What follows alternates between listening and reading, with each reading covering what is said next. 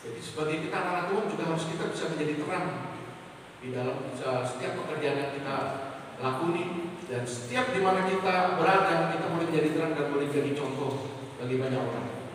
Jadi jangan malah kita anak-anak Tuhan malah terjerumus. Di sini juga ada beberapa rekan saya anak Tuhan, tapi dia sama.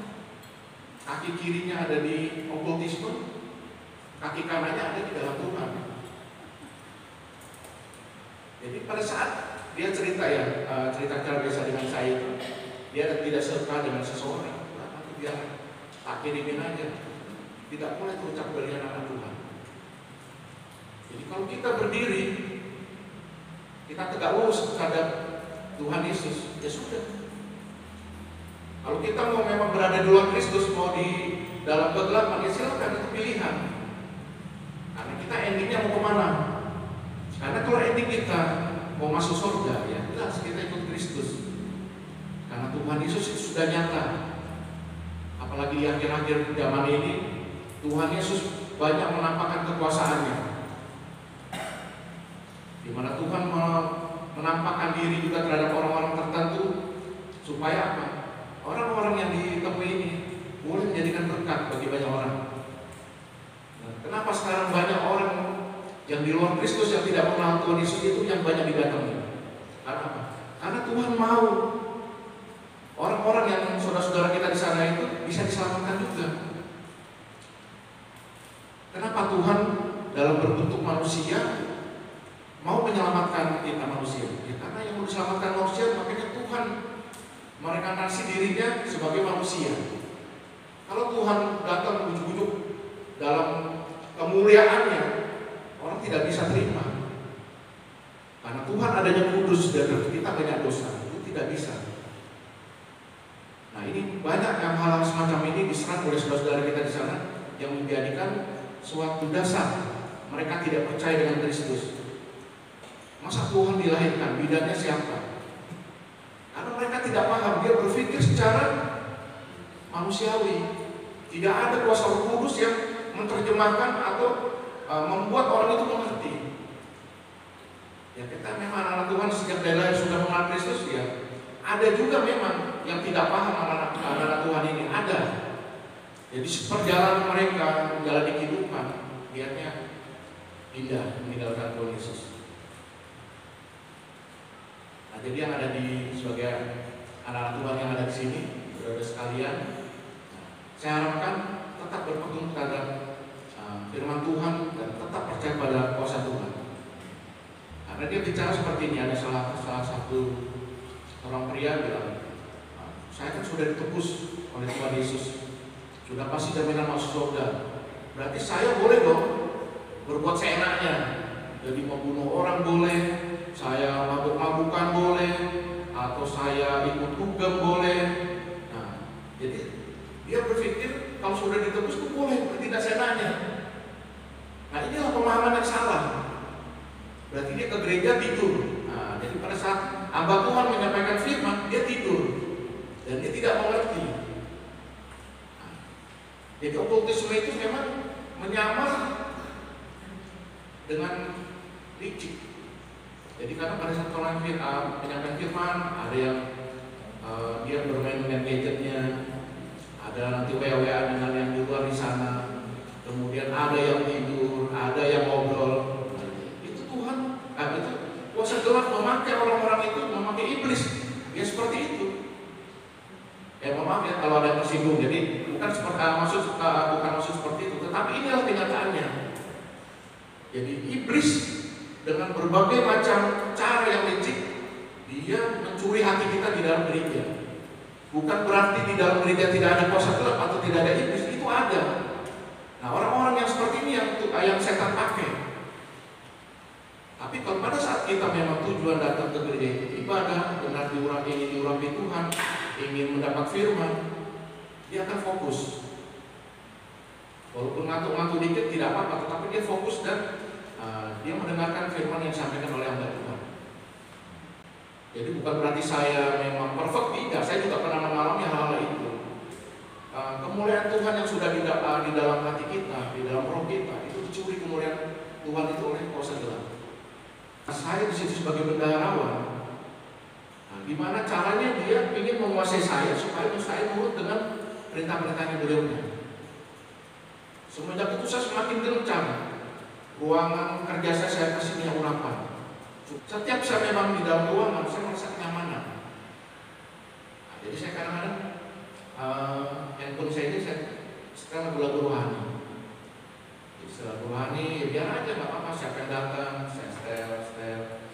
Itu salah satu memang supaya kita bisa menghantar kuasa kegelapan yang kita tidak tahu kapan dia menyerang kita. Jadi pada saat itu saya ada damai sejahtera di dalam ruangan saya. Seperti halnya sama saya mempersiapkan buat sharing firman pada saat ini. Ini sama, saya semacam di kantor itu saya semacam kayak diserang. Karena apa? Karena kuasa gelap iblis tidak akan terima kalau dia dikuliti di depan orang lain. Dia tidak mau.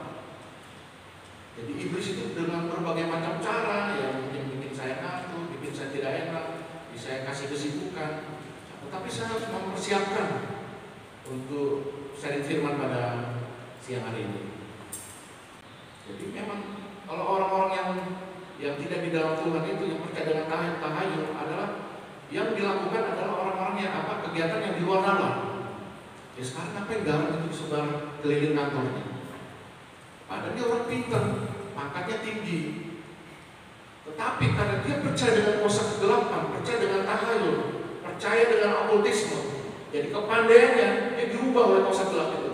Orang yang pintar jadi kelihatan bodoh di hadapan kita anak Tuhan. Jadi kalau kita memang anak Tuhan seperti yang dilakukan mantan saya, itu jelas. Jadi dia mendoakan lingkungan sini, mendoakan pesawat yang sebelum terbang. Itu dilihat orang lain pun itu, oh ya benar. Karena apa? Sebelum memang melakukan suatu kegiatan yang benar dilaksanakan adalah berdoa. Nah, kalau orang-orang di luar Tuhan, pada saat dia menjabat di suatu tempat, pertama kali yang dia lakukan adalah dia mempagari ruangannya. Pada saat itu dipagari, orang-orang yang mempunyai kepekaan, bukan anak Tuhan aja, ada orang-orang yang bukan anak Tuhan, dia mempunyai ilmu atau dia mempunyai jimat, dia merasa peka. Karena apa? Ada suatu kehadiran orang lain. Orang lain dalam tanda kutip adalah kuasa gelap. Jadi kalau di kehidupan kuasa kegelapan itu ada memang tingkatan-tingkatannya. Jadi kalau misalnya saya nih mempunyai jimat, pangkatnya kopral, saya melintas di suatu daerah, ternyata di sana pangkatnya bintang misalnya, ini akan menyerang saya. Jadi kuasa gelap yang ada di situ, dia merasa dia lebih tinggi dari yang ibaratnya perewangan yang saya bawa ini, dia akan menyerang. Ini kita yang lainnya tidak mempunyai ilmu-ilmu itu, santai aja di dalam suatu tempat yang ada kuasa gelapnya, dia tidak bermasalah.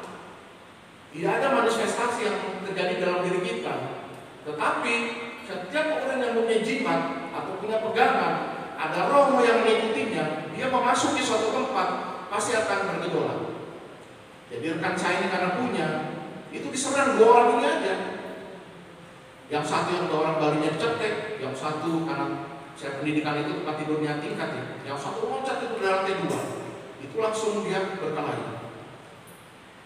Nah, dia bilang pada saat dia sebelum pemasukan seperti itu, dia melihat ada Pangeran Diponegoro.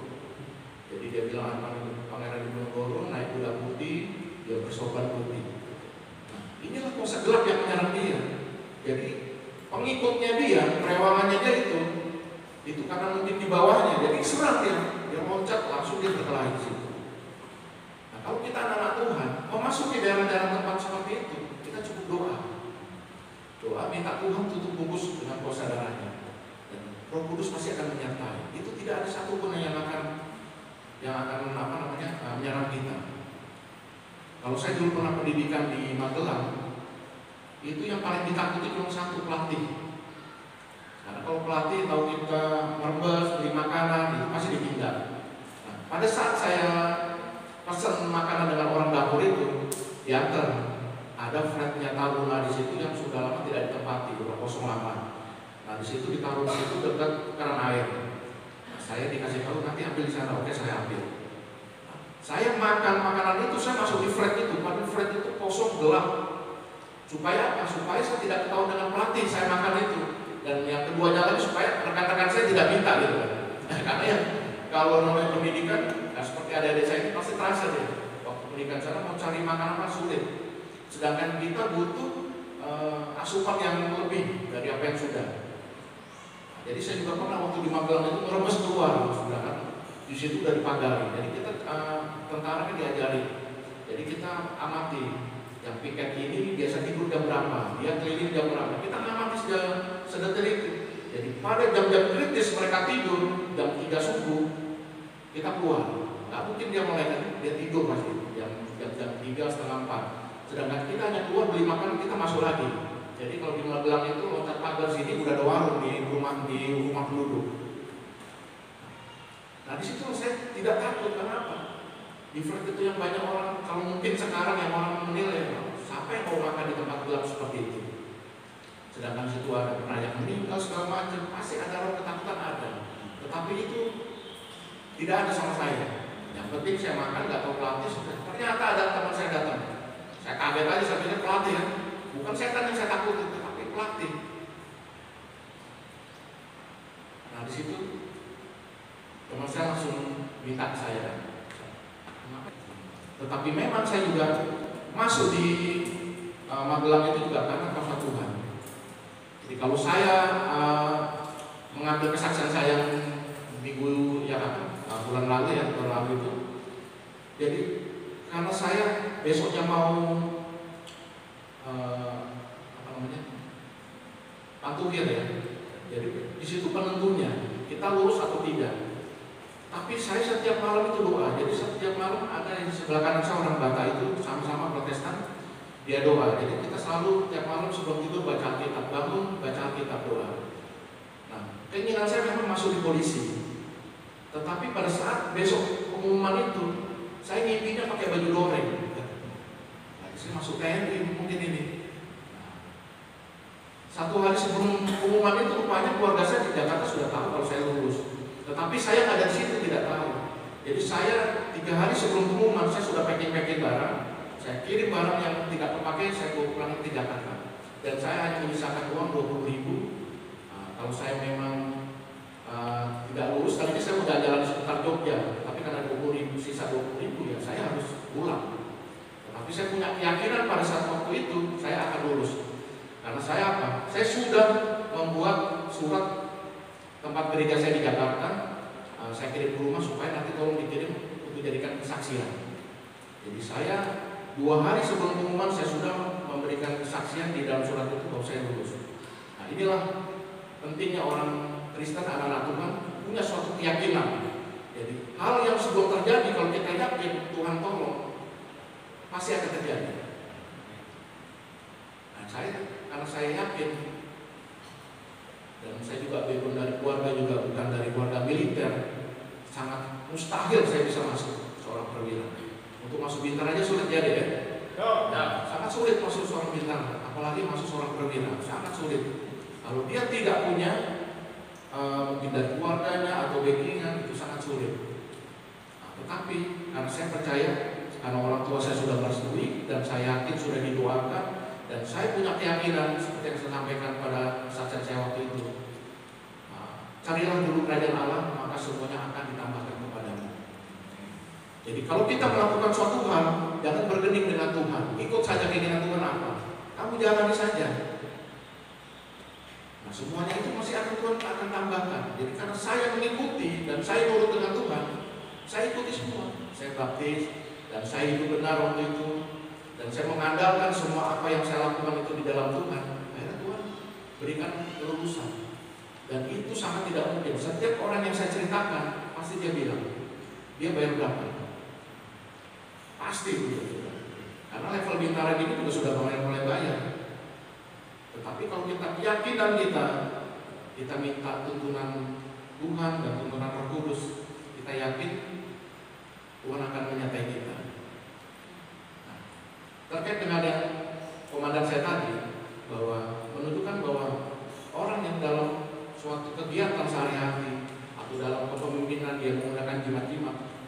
itu banyak nggak ngerti bahwa seorang yang mau menjimat itu ada ruh kutukannya yang harus dibayar tunai. Jadi mungkin dari anaknya, mungkin dari nanti cucunya, atau mungkin berdampak dari dia sendiri, itu akan minta jadikan tumbal. Tidak jauh-jauh. Ini dari keluarga istri saya. Jadi istri saya ini punya adik PNS, dan itu anak buah saya dulu waktu dinas di Surabaya. Namanya saja Yohana, nanti Kristen ini kan. Kok Islam? Saya tanya. Yang Kristen siapa? Ternyata ibunya. Nah, mohon maaf. Jadi adik ipar saya ada semacam sisip itu.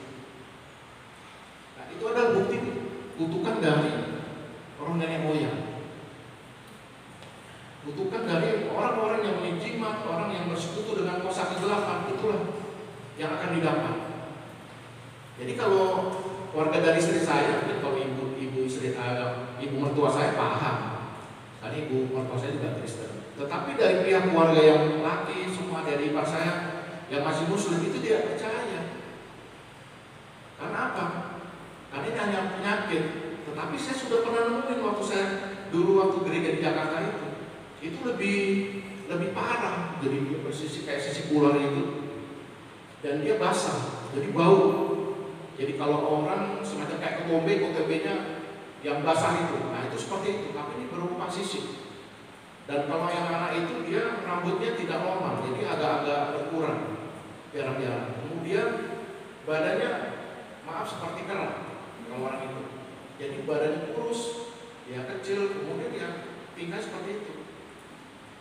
Nah inilah yang tidak diketahui oleh orang-orang yang hanya memiliki hal yang ingin dicapai itu secara instan.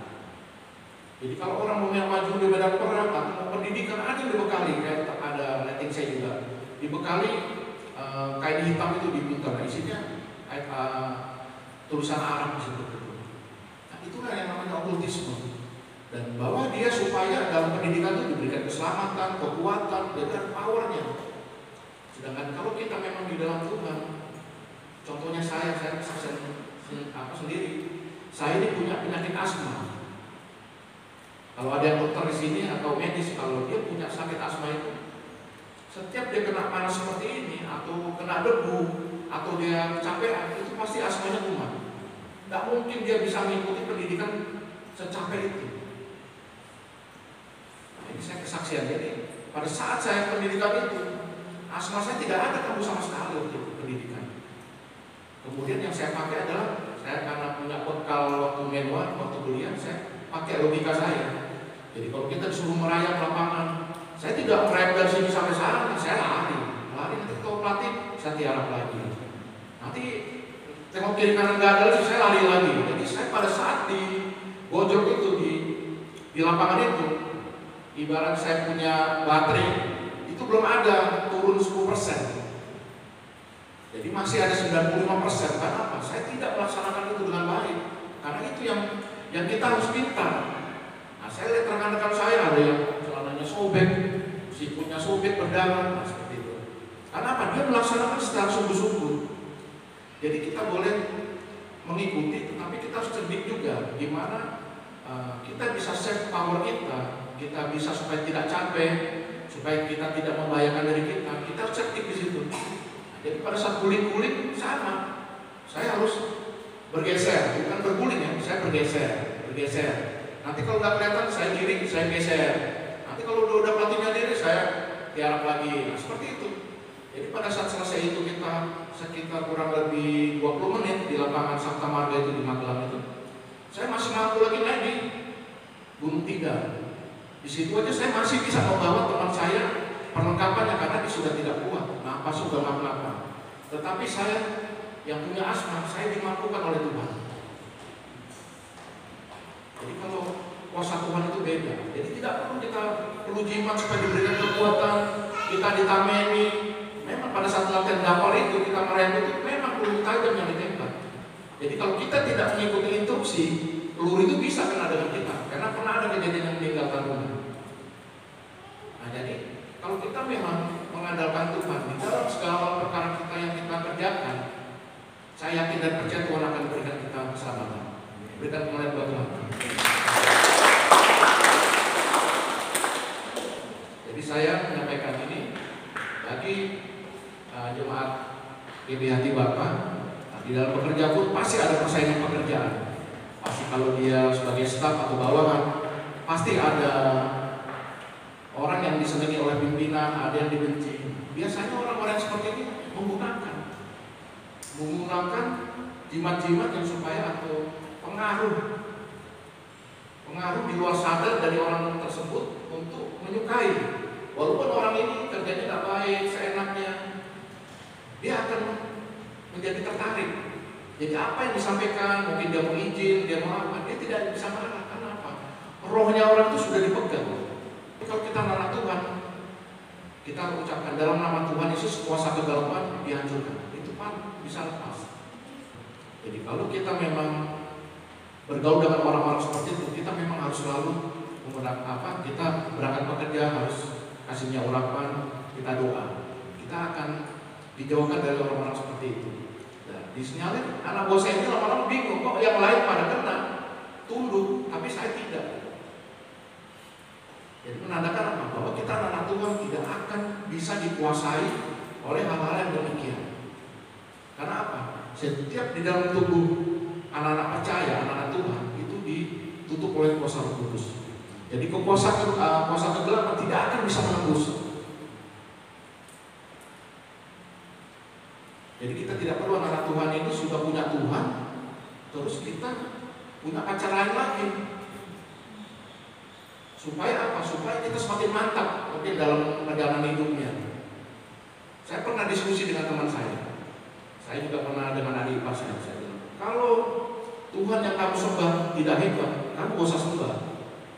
Kalau kamu masih main dengan dukun, sembah saja dukunnya, karena menurut kamu dukun itu hebat. Ya silakan, kamu sembah aja dukunnya. Kalau Tuhan yang kamu sembah ini tidak hebat, karena Tuhan yang kalau Tuhan saya yang saya sembah ini hebat, jadi saya tidak perlu hal-hal demikian.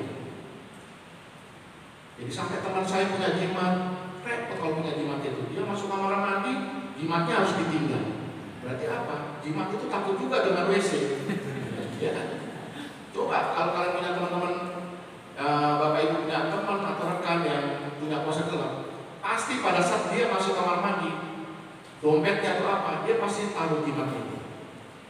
Dia tidak hilang, tetapi kuasa atau kemampuannya itu dia hilang sesaat. Itu ada pertanyaan dari seorang anggota polisi, bilang, Pak, gimana caranya kalau ada tahanan pada saat kita periksa, tapi kok ada banyak Pak, ada di sana, ada di sini. Oh itu gampang, cukup kasih yang ada bayangannya, itu pasti yang asli. Kemudian kalau dia tidak melihat bayangannya, kita bakar asap. Pada saat aktakol, ada beberapa jemaat itu sekitar 10 orang maju ke depan dengan menyerahkan jimat. Salah satunya ada yang gesper itu di dalamnya itu ada tulisan Arab, tulisan Arab ya. Nah, itu jimat-jimat dia beli di waktu dia naik haji. Dia orang Muslim ikut diajak temannya masuk di situ. Dan ada lagi yang merah delima. Merah delima itu dia dapat dari, kalau yang asli itu misalnya kalau kita nebang pohon yang agak keramat, terus kemudian di situ ada kuasa gelap yang mungkin ingin mengambil rohnya orang itu, ya dipancing dengan merah delima itu. Jadi merah delima itu memang karena dia punya usaha, dia pakai, dia menghasilkan usahanya baik, laku semua lancar. Tapi pada sesuatu waktu dia punya lifetime, punya waktu. Nah itu diminta nyawanya belum diminta sebagai jaminan. Setan sudah kasih kamu semuanya. Sekarang saya gantian, saya minta nyawa kamu buat saya. Nah karena dia anak Tuhan, ya biasa kan yang tadi saya bilang, dia kakinya di bawah kuasa gelap, satu di Tuhan. Dia datang di acara tersebut, dia menyerahkan, dia sampaikan kepada orang, akhirnya ada pelepasan. Jadi saya di sini menjelaskan bahwa kuasa kegelapan itu nyata, ada. Dan jangan pernah main-main dengan kuasa kegelapan. Jadi kalau Anda bermain-main dengan kuasa kegelapan, suatu waktu ada taruhannya. Jadi jimat-jimat yang dianggapnya biasa, ini kan cuma biasa, ini kita buat ya pelindung aja. Saya bilang lagi, kalau pelindung itu Tuhan nggak bisa melindungi, ya jangan disembah Tuhan Yesus Kristus. Pindah aja, Tuhannya adalah jimat itu, karena Dia yang mampu menyelamatkan aku gitu. Jadi apapun yang bentuknya jimat, entah hal-hal yang biasa yang sudah diisi, atau air putih yang sudah didoakan oleh orang tua atau apa, itu kuasa kegelapan dan kita harus tolak. Hal-hal yang biasa terjadi dalam lingkungan kita adalah yang sifat-sifatnya seperti itu, misalnya main jalan, itu hanya permainan memang, tetapi permainan kuasa kegelapan tanpa disadari. Dan saya pernah juga seperti itu, karena lebih mudah mengundang setan dibanding mengundang Tuhan. Itulah bedanya. Banyak makanya orang-orang ini senang dengan setan. Jadi pada saat jalantung itu kita mainkan, itu roh orang yang sudah meninggal masuk ke situ. Nah terus saya pernah juga ya teman waktu saya kecil itu, di aspal itu kita gambar di mulut Mick Jagger itu ya, Nah kita kayak sujud itu, ada yang rekan saya itu sujud, kita keliling itu, kita sebutin di Jagger. Itu kita 10 kali bilang seperti itu, langsung kemasukan setan. Jadi yang teman saya itu langsung dia lari kayak babi, jadi roh babi yang masuk. Dia babi lari kencok itu masuk ke comberan. Jadi dia nggak merasakan sakit ya. Jadi dia lari kayak babi, keluar masuk ke, dia kebentukan comberannya agak kecil, dia masuk palanya sih, tapi memang berdarah. Tetapi dia tidak merasakan sakit. Kenapa? Karena yang di dalam diri orang itu bukan orang itu sendiri, tapi setan. Dan setan memang sangat pandai dan licik mengemas makanan yang ingin disajikan kepada manusia. Seperti kita ada di ilmu bela diri, pada tingkat-tingkatan tertentu itu ada yang harus dijalani semedi, atau mungkin doa, ada yang harus betapa, itu ada tingkatannya. Kalau karate, taekwondo itu dia termasuk dalam roh pencideraan. Jadi kalau kita punya karate atau punya taekwondo, itu yang ada kita pengennya berkelahi aja dengan orang lain. Nah itu namanya roh pencideraan. Bisa cedera, seperti kakak saya pernah seperti itu juga. Ada roh pencideraan di dalam orang itu, dan kita harus putuskan itu. Dan kita harus pelepasan. Jadi tidak semudah itu. Jadi kita harus ada pelepasan, ditambah Tuhan untuk melepaskan dan jauhkan dari kuasa kegelapan tersebut. Jadi memang setan sangat licik ya. Jadi saya berpesan, tolong hal-hal yang seperti ini dihindari. Jangan bisa dianggap hanya mainan belaka, hanya sifatnya biasa. Tidak bisa seperti itu. Kalau kita memang sudah komit, kita menjadi anak Tuhan, ya sudah, kita ikutin apa yang diajarkan di Alkitab di situ. Kalau boleh saya buka di Alkitab, ada di Keluaran 20 ayat 3 sampai 5. Saya bacakan di sini tentang ke-10 firman Tuhan ya. Keluaran 20 ayat 3, jangan ada padamu ilah lain di hadapanku. Jangan membuat bagimu patung yang menyerupai apapun yang ada di langit di atas, atau yang ada di bumi di bawah, atau yang ada di dalam air di bawah bumi. Jangan sujud menyembah kepadanya atau beribadah kepadanya. Sebab aku Tuhan Allahmu adalah Allah yang cemburu, yang membalaskan kesalahan bapa kepada anak-anaknya, kepada keturunan yang ketiga dan yang keempat dari orang-orang yang membenci aku. Tetapi aku menunjukkan kasih setia kepada beribu-ribu orang, yaitu mereka yang mengasihi aku dan yang berpegang pada perintah-perintahku. Jadi di Alkitab sudah menyatakan bahwa Allah kita adalah Allah yang pencemburu. Jadi jangan kita bermain-main dengan kuasa gelap. Di sini jangan menyembah patung yang menyerupai apapun. Tidak perlu harus di depan patung, harus bakar diri, ya, tidak. Karena hal-hal ini substansinya yang ada di dalam Alkitab ini bukan kata saya, Alkitab, dan dari Tuhan yang memerintahkan itu seperti itu. Nah, Tuhan adalah Allah yang cemburu.